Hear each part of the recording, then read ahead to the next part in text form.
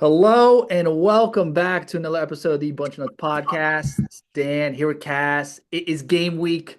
Um, yeah, I got my coffee, got my hat on, got my Bunch of Nuts sweatshirt. Cass got his cotton ball shirt. I'm gonna take a sip real quick. Oh man, I'm jacked up though. Um, it's gonna be a dog fight on Saturday, man, and we have the perfect weather Saturday. It's gonna be 50s in the morning, slowly rise like a high of 71, 72. Um, couldn't ask for a better day to send Lee Corso off. I'll be going to game day. Cass will be there. I'm going to the game with Blake. We got tickets. Cass to be determined, up in the air maybe if he's going to the game or not. But it's it's number one versus number three. But it's really we all know it's number one versus number two. Ohio State's the reigning national champs. They're number one in my book. Texas is number two in my book. I know in the coaches poll it's 1-2, AP poll it's 1-3. It's one versus two. You can make an argument for any way.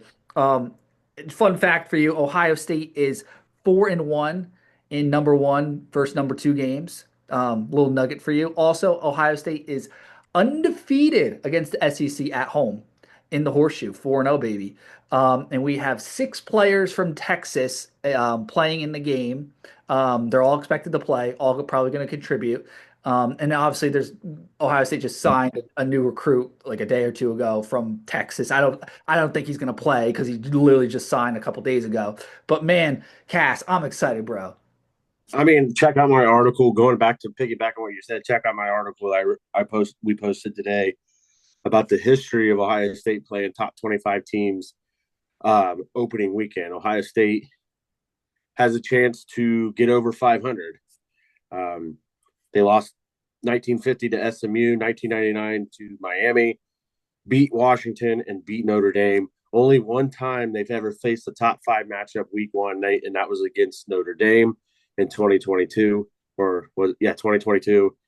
So Ohio State has a chance to rewrite the ship, get above 500, and first time it's number one versus number three, because at that time it was number two versus five, I believe, in that game. So Yeah, again, I'm big at time the matchup. I'm at the belief, look, if you're a defending national champs, you should always start at number one, no matter Yeah, how much turnover was happening to your roster. I think you should always start the first week as number one. It's ridiculous. Texas is number one in my opinion. Um, but like I said, we got a couple of hometown boys from Texas that are all going to play. We got Jaden Fielding, our kicker, Ethan Olenarwa, offensive tackle, James Peoples, running back, Riley Pettijohn, linebacker, Devin Sanchez, corner, and Peyton Pierce, linebacker, and then obviously Isaiah Kema. He was the guy that just signed like a day or two ago. He was on a mission trip, I believe, so good for that young man. Excited to see what he's going to do in Columbus. But obviously, I'd be shocked if he suited up after like two practices. yeah, I'm with you. I'm with you on that. But yeah, it, it, it's it's gonna be it's gonna be a fun one. It's gonna be a blast. Uh, Ohio State, Texas, the two teams who had the most guys drafted last year. But if you look into the narrative since the national championship game, that it has, if you really look at it, the narrative is is returning everybody. Texas is returning a lot.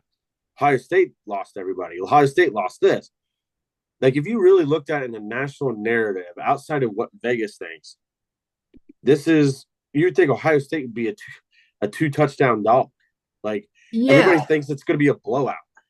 it's no, it's crazy to me that they think, and I understand Ohio State had a lot of attrition, specifically on the defensive line with Jack Sawyer, JTT, Ty Leak, Ty Hamilton, and then you Cody Simon, Denzel Burke. But those were all those guys were seniors who came back. All the guys that are replacing them aren't freshmen. They're upperclassmen. These guys are developed and ready to go. And Texas lost, I mean, just off the top of my head, they lost their quarterback, Quinn Ewers. They lost Jaden Blue, their receiving back, who torched us last year for two touchdowns. He's going to probably be the starting back for the Cowboys. They lost a first round receiver, Golden. They lost their starting tight end, Helm. They lost a first round tackle.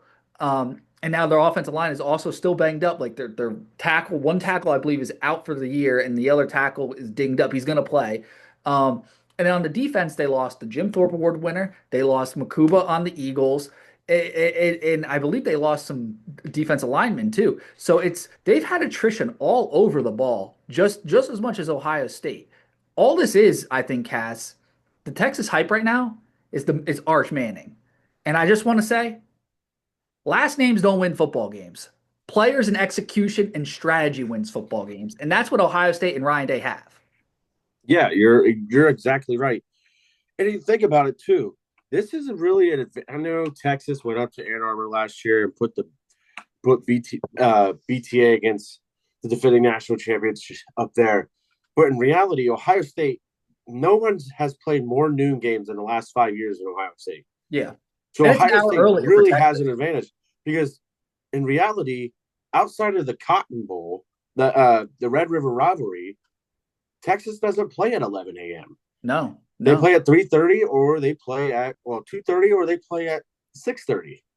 Do you think we can catch Texas sleepwalking is my question. No, I think Texas is going to be ready. I'm just saying that's an advantage because Ohio State plays more noon games than anybody. Mhm. I Texas is going to be ready. Steve Sarkisian's got a bad taste in his mouth the way the game ended last year. He's going to bring his Longhorns ready to play. However, they're starting basically a whole new offensive line, and yes, Ohio State is basically starting a new whole defensive line. But the amount of snaps that Bo Atkinson, who came from North Carolina, was a starter over there, Caden Curry, Kenyatta Jackson, Edric Houston, and Aiden Caden McDonald. McDonald have gotten in that playoff run. They're It's all like they lettermen. it's like they all started before. Yeah, Then you bring back they've all lettered. Like they've all produced and rotated, and they're like I'm very confident in all of them. and Ohio State has the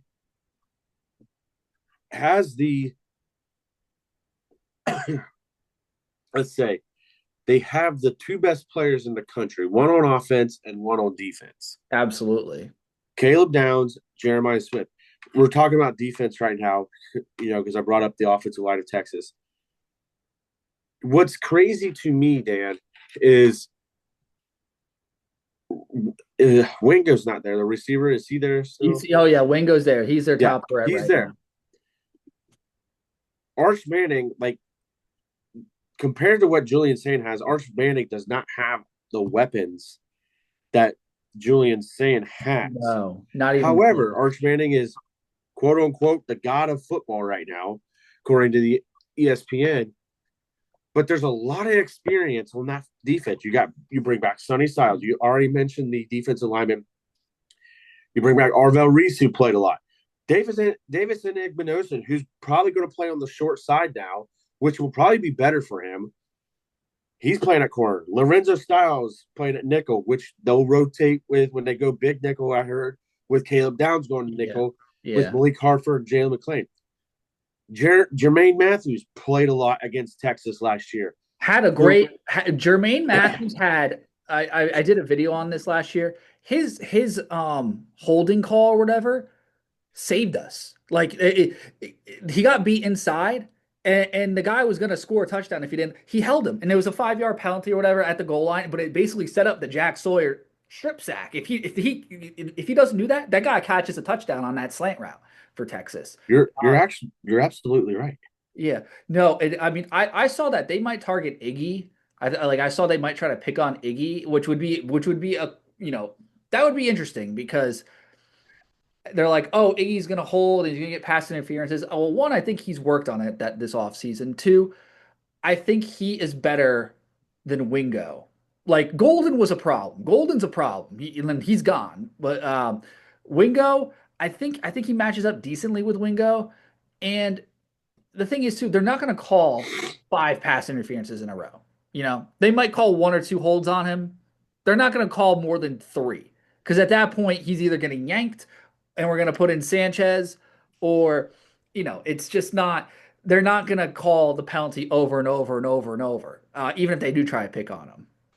I think he's going to get less penalties called on this year. I agree. I mean, I think that's the thing that kills me about this. is we're returning a lot on defense, a lot of production on defense. Now, starts, yes. That's the problem with these mainstream media people. They don't do their homework.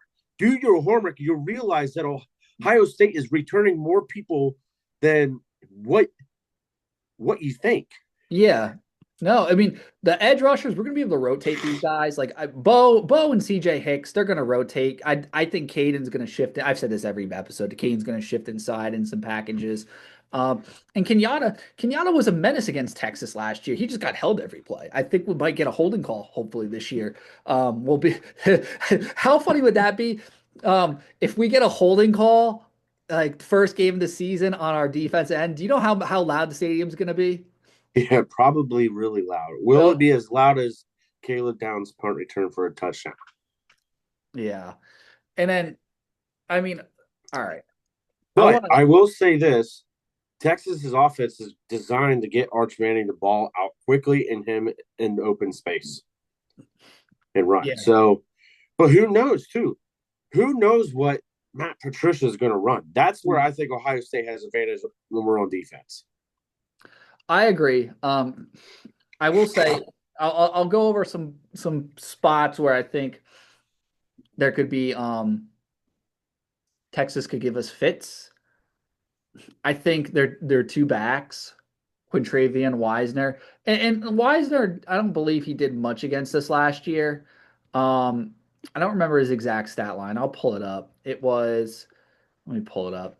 Against Ohio State, 17 carries, 46 yards, 2.7 average. Yeah, it wasn't crazy, but I think he's going to improve. And then CJ Baxter, he was a really good back for them in 2023, and then he got hurt and missed all of 2024.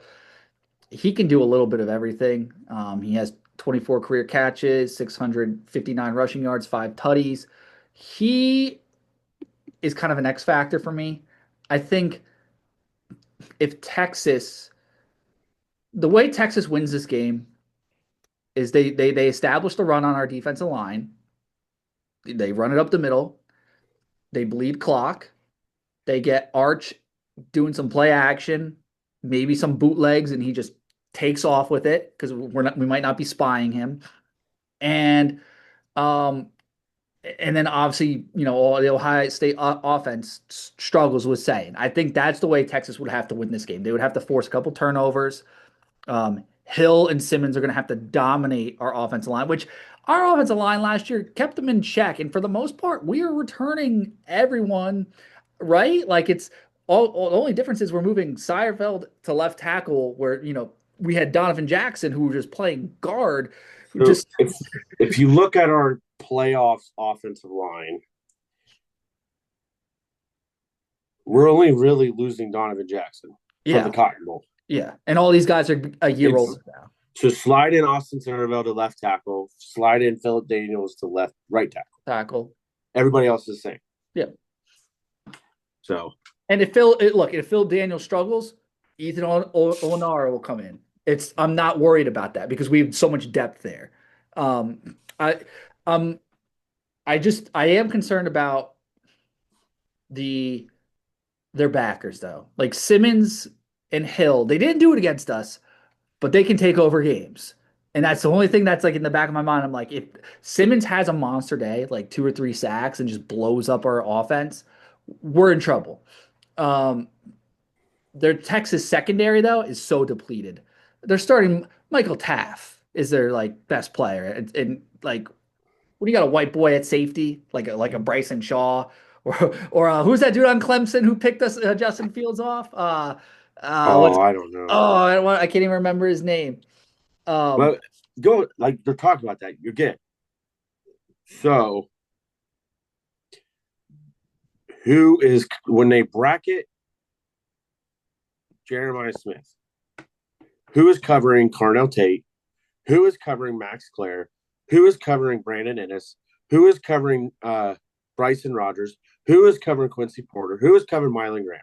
I Who's covering CJ Donaldson? I think they're gonna do the same thing with Jeremiah. I hope they do the same thing with Jeremiah Smith again, because all Julian Sayin will have to do, it's gonna be Ennis, or it's probably gonna be Ennis, to be honest, because last year, what? It was It was A Tate. Mecca. Yeah, well, yeah. Basically, I think Innis will be playing the role now, and then Tate will be playing the Emeka role. So I think it would be Innis is going to be the one who would have the big game. And I think Tate's going to have a big game too. I don't see them containing our passing attack. It's just will the offensive line hold up for saying to get the ball down the field? That's my one question. And I think they will though. I think they will. Yeah, yeah. I think their hold up offensive line's key. I think this is why I think, Joy. I think let's go right in. We talked about keys. Let's go right into our keys of the game. Good segue, Dan. I, I think the keys of the game is let Julian rip it. Yeah. Let Julian rip it, dude. If they say that his release uh is better than CJ Stroud is what we hear, let him rip it. With the weapons we got, let him rip it. Keep him honest. They know they're gonna bracket number 4. They don't have Max Clare is gonna have a huge game, I think. I like Max that. Clare. But let Julian rip it is my number one key. My key, it's kind of segues off what you're saying. Keep Julian clean. Keep him clean. Do not let him get touched. I don't want to see my, my starting quarterback who's starting for the first time get touched. The offensive line, they need to have their best game of the season. The season week 1. They need to keep our boy clean because if you keep him clean, he's going to get the ball downfield. He gets the ball downfield, we're going to score. We score, he's going to build confidence. And once Julian has a little confidence, a little swagger going, it's over. Yeah, you're right. My second key, I'm just going to do 2 keys, man.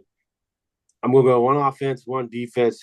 On defense, we already said my offense. Obviously, we already said our offense is keep Arch Manning in the pocket. Yes. Yes, that's a Don't good let one. him get outside and let him run. Keep him inside the tackle box. Ends don't over penetrate. I tell my defensive line all the time because I coach defensive line and offensive line. I tell my defensive tackles and my defense of ends to keep 2 yards in the backfield. Keep that leverage. Stay home so you can keep the quarterback inside the pocket and run great pursuit down the line. Run parallel with the line. Run 2 yards in the backfield, parallel with the line, and Arch Manning will not be able to get a yard of gain. I love that. My key is for the secondary, and it's communicate, communicate, communicate. It's a new defense with Matt Patricia. I know there's going to be mistakes here or there. It's the first game. It's understandable, but don't let a 10-yard out for a first down. Let's have that be the only mistake. Let's not have Ryan Wingo running up the seam for a 50-yard touchdown because McLean and Hartford didn't communicate the safeties and it because I love McLean and Hartford. I'm very high on them, but they got to communicate and it's going to be loud. Texas is going to be on offense. It's going to be tough to communicate, but it's critical. It's critical, critical, critical, critical for them to communicate week 1. Yeah, I'm right there with you. I'm right there with you. Those are my keys to victory. Obviously, I have the Buckeyes winning as long as they play clean game. Do you want to do a score prediction? Yeah, All right, hold on. my score prediction, and I believe when I texted Blake the other day. So here's my score prediction that's going into Blake's article um, for the staff prediction. I'm not going to go over my whole spiel because I'm about the only team member of that writes a whole paragraph. Uh, I got Ohio State winning 20-16. 2016. Yep. I got a classic. I got I got I got Ohio State 35 and I got Texas 34. And uh The difference is we force a couple field goals. We hold them. We bend don't break like we did last year.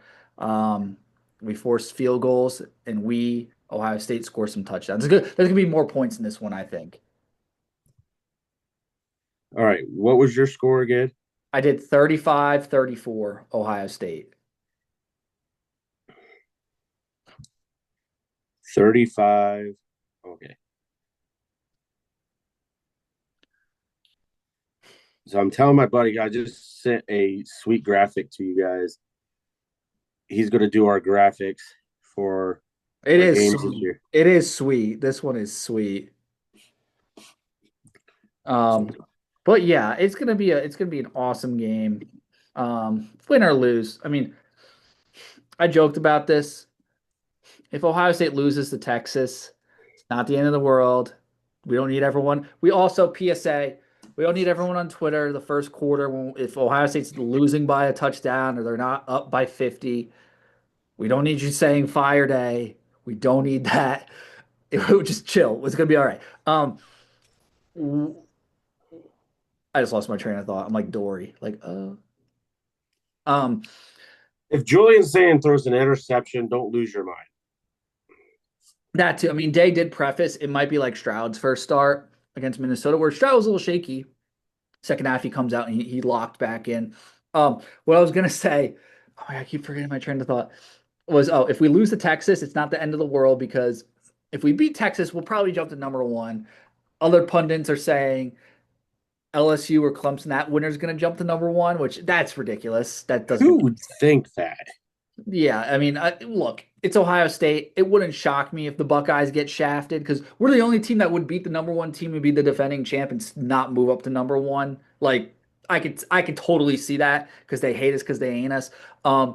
But if we do lose to Texas, it's not over, folks. We're still fine to make the playoff because if we lose to Texas, you forget Texas is in the SEC. What does the SEC love to do? They love to prop up the teams that their teams beat. So if Ohio State loses to Texas, they're still going to be like, "Oh, Ohio State's a top five team," because they're just going to prop us up to help Texas. Texas I is. don't think that's going to happen. You don't think that would happen? No. I feel like it would totally They happen. will say, oh, Texas didn't beat a very good Ohio State team. Oh yeah, that would be ridiculous. Because you know that's what Paul Feinbaum will do. Yeah.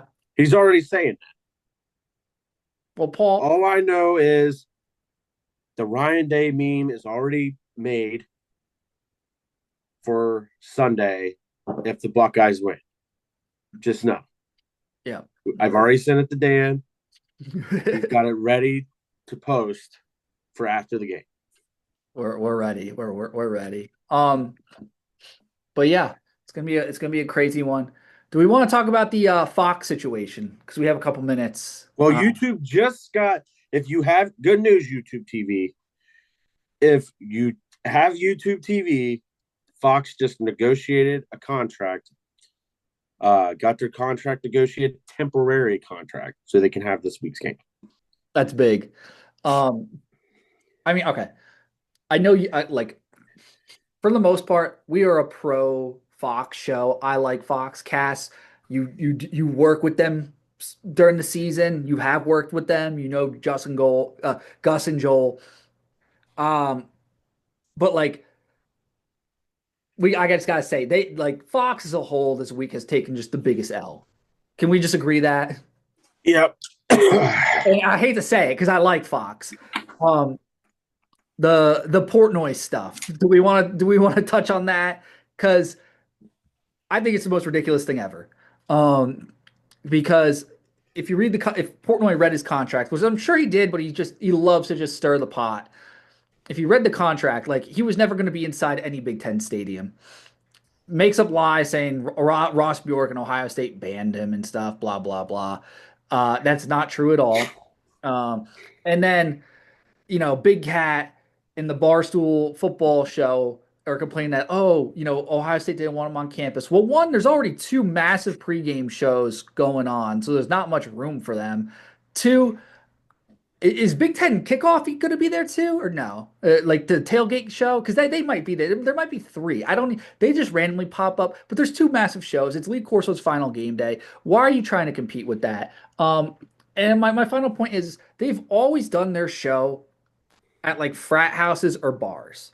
So, and they've done it at Ohio State at frats before. This is just like I've tweeted this out when I saw the news. It's manufactured drama for clicks. And I have a problem with it because any other week I'd be fine with it if this is week two, week three. This is Lee Corso's final game day. And I know like a lot of people that doesn't mean anything to them. To me, it means everything. Because like I grew up that man is college football. Like I'm gonna be sobbing at game day watching him put on the headgear. I hope it's Brutus. And it's just like trying to take away the spotlight from Lee. Like this is it's he's a 90-year-old man. He's the last time we'll ever see this. Just stay in your lane, please, for like 1 week, and then you can do all the antics. That's all I'm saying. It's just be respectful. Show some damn respect. Yeah, I that's the whole reason why I'm going down. I don't have obviously I don't have tickets. Is to see Lee Corso put on the Brutus one last time. It's going to happen regardless if that's his actual pick or not. I think he's going to pick Brutus to go out and retire on. And of course, Texas fans and SEC fans are going to whine and cry like they always do. My biggest thing is, yes, Fox took a big L. Dave Portnoy is just feeding into it, stirring the pot. He knows the truth. He just likes to stir the pot. He does, and I get he plays a character. He plays it well. I don't take it personally, but like I will step in and defend my team when he's just blatantly lying. Yeah, for sure. Um, but it's gonna be like it just seeing going to game day, beautiful weather, seeing everyone. It's just it just it means it's the world. It's like what we live for. We half the year we live in Ohio. There's not much to do. We go to Clippers games, Crew games. The Blue Jackets suck. The NFL teams are the Browns suck. The Bengals are fun to watch. Ohio State football is all we got, man. Like this is it. And like I was it's actually back. discussing that. I was actually discussing that with some of the coaches tonight because the older coach, he's a Reds baseball fan and a Browns football fan. And of course, I'm a Bengals fan, Reds fan. I kind of like pull for the guards as well. But I have a guy I work with. He's from Kansas, and he's like, what is it? Because he's a huge Chiefs fan and Royals. He's like, what is the fandom here? I was like, I'm going to let you know. Number one in the Columbus Central Ohio area is Ohio State football, Yeah, all the way around. And Cleveland Browns football, Cincinnati Reds baseball, probably Cincinnati Bengals, Cleveland Guardians, depending on the yeah. year. That's it. I mean, I know you're a Crew fan and like the Blue Jackets, but in Central Ohio, after those five, it's basically a huge drop off. It is. No, it is, and it's football season is all we got. I feel like, and Yeah, this is where we all lock in. and Um, plus high school football is so great around here too. Like, I mean, the high school that the junior high I coached for upset Hilliard Derby Friday night, and then they didn't play their best game either. And then you had this weekend, you have Cleveland Glenville playing Olentangy Liberty, Division 4 state runner up versus the Division 1 state champions. You have Pickerington Central playing Huber Heights Wayne. You have Pickerington North playing St. Ignatius from Cleveland. Like high school football is king, and it's that time of the year. We're here, man. Like it's Labor Day weekend. I have the slate of games. I know we can't really predict the scores anymore, but we can go over these games. yeah, we The can touch slate of upon 'em. games is huge. And I'm going to tell you right now, tomorrow night at 6 p.m. on BTN, one of our opponents takes on the Rutgers Scarlet Knight, and that's the Ohio Bobcats. That's going to be a banger. I really do. I'm so excited like for tomorrow. Today was the toughest day of the week in my opinion because it was like tomorrow is the start of football. Like we got like it's a drug. Like we got a taste of it on Saturday with week 0. I watched Farm Awful games. Farmageddon. The whole Hawaii Stanford was a banger. Hawaii Stanford was a great game. If you It, watch, but if you really break it down, it was an awful game. Stanford sucks. it was an awful game, but like it was Yeah, for it being the only game on, it was awesome. Let's I got break. a game tomorrow night. I mean, Let's go over the slate though. Let's go over the ones we're excited for. I'm actually. I mean, I know I won't be here for this because I'll be in the middle of my game. Boise plays South Florida. That could be a time thing, but I think Boise will be able to handle South Florida. But I'm excited for OU Rutgers tomorrow night at 6 p.m. I think That OU's defending MAC champions. We don't know what Rutgers is going to be all about. I know Rutgers is 15 out of point favorite, but if I was a betting man, Yeah, with Rutgers, the thing is, um, they return a lot of starters, and like it's like Big Ten. I've been watching a lot of the Big Ten training camps, and they have like all the teams come on and stuff. And Rutgers has a lot of production coming back outside of Kyle Monungai. They're going to be an interesting team this year. But yeah, that's going to be a fun one. The South Florida versus Boise State. That's for me. That's a keep your eye on one. I always say like this could be like an upset. South Florida, they just have crazy athletes, like insane athletes. That team. So I what like about Boise State yeah? should win, but yeah. What about Miami, Ohio, up at Wisconsin? So that's Daquan Finn going up Yep. no that's intriguing to me. I think Wisconsin will win because they're a Big Ten team, but like Daquan Finn back in the MAC, look out. And that's a 9 o'clock one. That's a weird time to Yep. start on a And Thursday. then the Tim Brando and Devin Gardner Classic, Auburn versus Baylor. They have a banger of a game, I think. That's Friday, right? Yeah, Yeah. Friday night at 8 o'clock.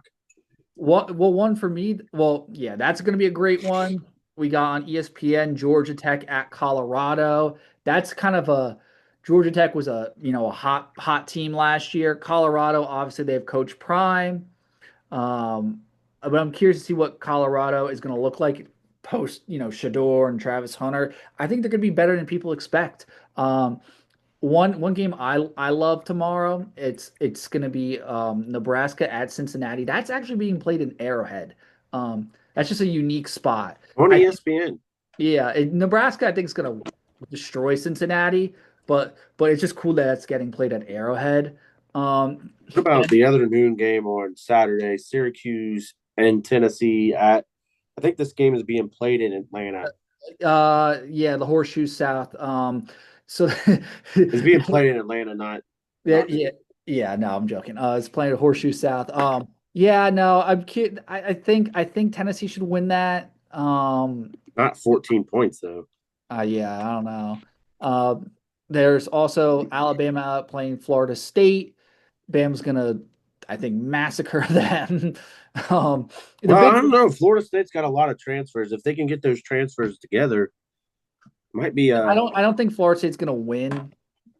I think well, Bama also lost Tim Keenan for a little bit. They're like their star defensive and they lineman. lost their star running back.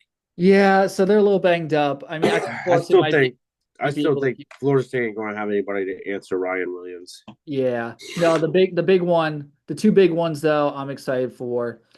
Um, and we got a minute here. LSU at Clemson, 7:30, ABC. That's I mean, I think Clemson's gonna win that because LSU just can't win a week one game. But that's a shootout, man. That's gonna be a dandy. And Fox has a good one at 11 o'clock. finally to my boys, Kylo Ren and Timothy Johnson on Twitter. Notre Dame going to Miami. I That just want Sunday night. yeah, Sunday night, and I just want everyone to know I am pulling for the convicts in this one. I am pulling Yeah, for I the don't like Notre Dame. I'm pulling for the convicts. We will pull for the convicts. And then Um, an old time classic Pac-12 after dark, a Big 12 versus Big 10 matchup. Utah at UCLA, 11 p.m. Saturday night. the Devin Dampier era starts. Utah is going to the playoff. You heard it here first. Thank you everyone for listening to another episode of the Bunch of Nuts podcast. We will see you Saturday at the Horseshoe. I can't wait. Go Bucks, baby. Beat Go Texas. Horns Bucks. down.